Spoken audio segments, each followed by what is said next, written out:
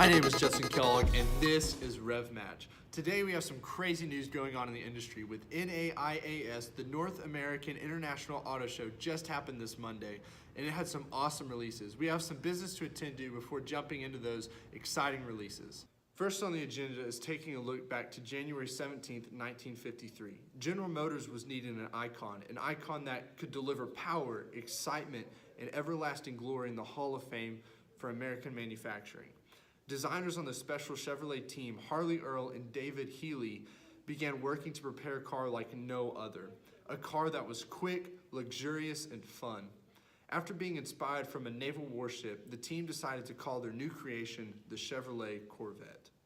Released at the General Motors Motorama Auto Show at the Waldorf Astoria Hotel in New York City, the public fell in love with it immediately. With its beautiful design and striking looks, the Chevrolet pushed forward the production dates and held the car ready for sale later that year during the summer, which was perfect considering the car was only available in a convertible fashion. The only foreseeable downside to the sports car was the fact that it was built on a heavy and sluggish passenger car chassis. And even though the body was constructed from fiberglass, it was still too heavy for the 150 horsepower 3.9 inline six to get the car up and going. Although the car looked promising and sounded like a great investment at the time, the Corvette, at least in this iteration, would prove unsuccessful in the marketplace. Now that's without saying that the crew at GM didn't get their act together, because every iteration of the Corvette since then has proved successful time and time again. That's going to wrap it up for the history lesson today. I thought that would be fitting to talk about the old Corvette, the beginning one, because the new C8 is supposed to be released later this year. Moving on to the news, we're going to continue with the red, white, and blue theme today.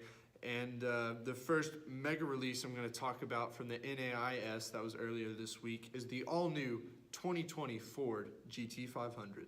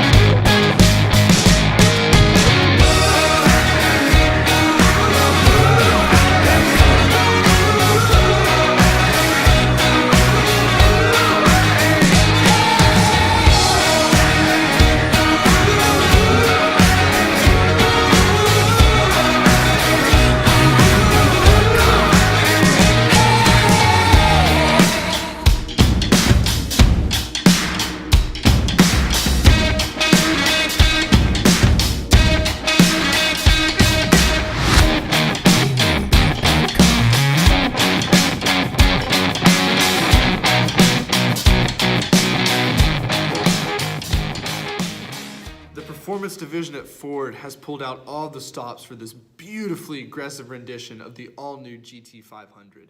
No EcoBoost, no downsizing in cylinders to prove economical, none of that. We have a fire-breathing, tree-killing, ear-intoxicating 5.2-liter cross-plane V8. We have a 2.6-liter Eaton supercharger. We have a Tremec dual-clutch 7-speed automatic transmission that, according to Ford Vice President James Farley, can shift gears in less than 100 milliseconds. We have new advanced magnetic dampers, we have new carbon fiber wheels, we have packages upon packages, and a whole load of other options and stuff that I'm sure everyone wants to know about. But what I was really interested was to see if Ford actually released the horsepower specs that were supposed to be above 700, but they didn't. We still have a projected figure of above 700, but we don't know horsepower, we don't know torque. All Mr. Farley gave us is stuff we had known since the car had been wearing camouflage. James said that the GT500 is a mid 3-second 0 to 60 car, and we knew that. He also said that it will do the quarter mile in under 11 seconds, and thanks, I guess. So we now know that it's at least as fast as a 2015 and 2018 BMW M5, a McLaren 570S, a 2019 Corvette ZR1. I mean, we kind of expected that, or else it wouldn't have been competitive in this market. all of which are great cars to be compared to, but just giving us a projected number, we want, us petrol heads, we want those figures. We want to compare it to the Dodge. We want to compare it to the Corvette, the Camaro. We want those numbers. And before I get too technical with it, before I just kind of harp on it too much, the GT500 is a beautiful car. This new Shelby looks absolutely stunning. With it receiving upgraded parts from the already awesome GT350, then it will most likely be a beast on the track. All we need now is those horsepower numbers. Speaking of horsepower numbers, we move on to talk about the latest Subaru creation, the all-new 2020 S209 WRX STI. This iteration of the street-based rally car has had many upgrades, and unlike the Ford, Subaru was kind enough to release the majority of the information. Starting with the motor, because this Subi gets a lot more power. Because why not? All cars need more power, sometimes. The 2.5 liter flat 4 has gotten a new turbo from HKS, which produces more boost. It's turned up to 18 PSI, which allows the motor to create 354, up from the original 310. Many things related to the air intake systems have been reworked, such as the water intercooler, which is paddle-operated squirt bottles, essentially, so you can control when your S209 gets cooled. The fuel system has been reworked with higher PSI fuel rails and injectors, a recorded 17% less restrictions on airflow resistance due to new mufflers, and stainless steel exhaust tips help for that. To top off all the engine upgrades, Subaru put in a reworked ECU to compensate for the new boost and fuel pressure that was coming into the motor. The S209 gets a plethora of upgrades from the 2018 24 Hours of Nürburgring SP3T race car, which means it gets new Bilstein dampers, it gets stiffer springs and a rear stabilizer bar to keep it planted when coming out of those turns. And all of this good power and new technology is made into a 6-speed transmission, as it should be, and Subaru's proven all-wheel drive. The catch is, though, only 200 models of the S29 are going to find their ways to America. So if you want one, you better get headed to your Subaru dealership, because pricing is going to start at a high $50,000. Moving forward, we land at the brand new Supra. Last week I talked about the ridiculous sale that went through for the 1994 Mach 4, and I'll make sure to put a link in the bio for those who haven't seen that video yet. But this time around, Toyota revealed the all-new Supra. Honestly, I think it looks good. There are definitely some things that I'll need to see in person to tell whether or not I like it that much, but I'm very happy that Supra is bringing this car back to market. I mean, let's go ahead and address the elephant in the room, all right? Which is the fact that Supra used the expertise from BMW to help with some of the engineering. Now, before you start freaking out, I want to add my 2 cents.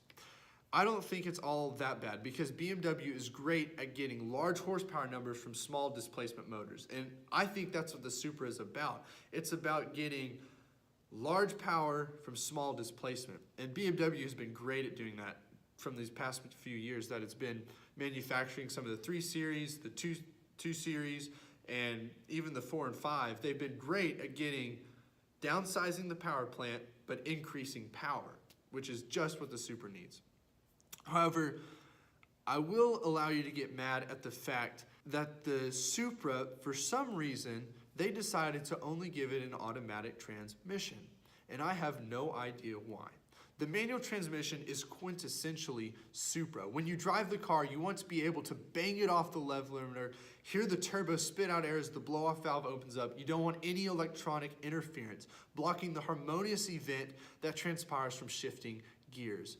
But they didn't ask my opinion, or apparently any of the enthusiasts' appearance, because they only are offering it with an automatic transmission. Needless to say, though, it'll be quick. The automatic transmission allows the car to get to 0 to 60 miles per hour in a respectable 4.1 seconds. That helps because it's being aided by a 335 horsepower, 365 foot-pounds of torque, single turbocharged inline 6. The transmission shift knob looks like it is straight from any modern BMW, because BMW has helped with the interior of this car. The interior surfaces and styles all match that of a Bimmer, only this rendition offers a Toyota badge rather than a Bavarian circle. Regardless of your opinion on the new BMW's involvement with the Supra. It is awesome to see Toyota bring out such a wonderful car to their heritage and their car community. If you want to pick one up for yourselves, I assume you will need to get in a long line because base price starts at what I think is seemingly reasonable, $49,990 US. This episode of RevMatch might as well be called the Power episode because what we have next is absolutely monstrous. The new Dodge Ram pickup truck, the Mountain Mover, features a newly designed 6.7 liter Cummins turbo diesel that boasts, get ready, 1,000 foot-pounds of torque. 1,000. And the best part is that the power of the gods is available from 0 to 1,800 RPMs. That's unbelievable. That means max torque of that motor is at 1,800 RPMs. That's unbelievable. So Dodge is the first of the big three. Ford and Chevy are the other two that have been in this never-ending torque battle. For the best-in-class numbers, for the best-in-class horsepower, they're inching over each other. Well, Dodge is safely in the lead right now. The new truck not only boasts more power, but it gets a host of new tech features, such as air ride suspension that allows the truck to compensate for its payload, which can go up to 35,000 pounds. The truck also gets a refreshed and bolt-up 6-speed ACEN automatic transmission. The interior gets features such as the new 360-degree camera, automatic emergency braking, adaptive cruise control, and a trailer brake pressure monitor system, which is a really cool and handy feature when towing. It also gets multiple exterior cameras that allow view of cargo in the truck bed, or the wider fender flares with the dually, or the trailer that you will most likely find yourself pulling with this payload capacity.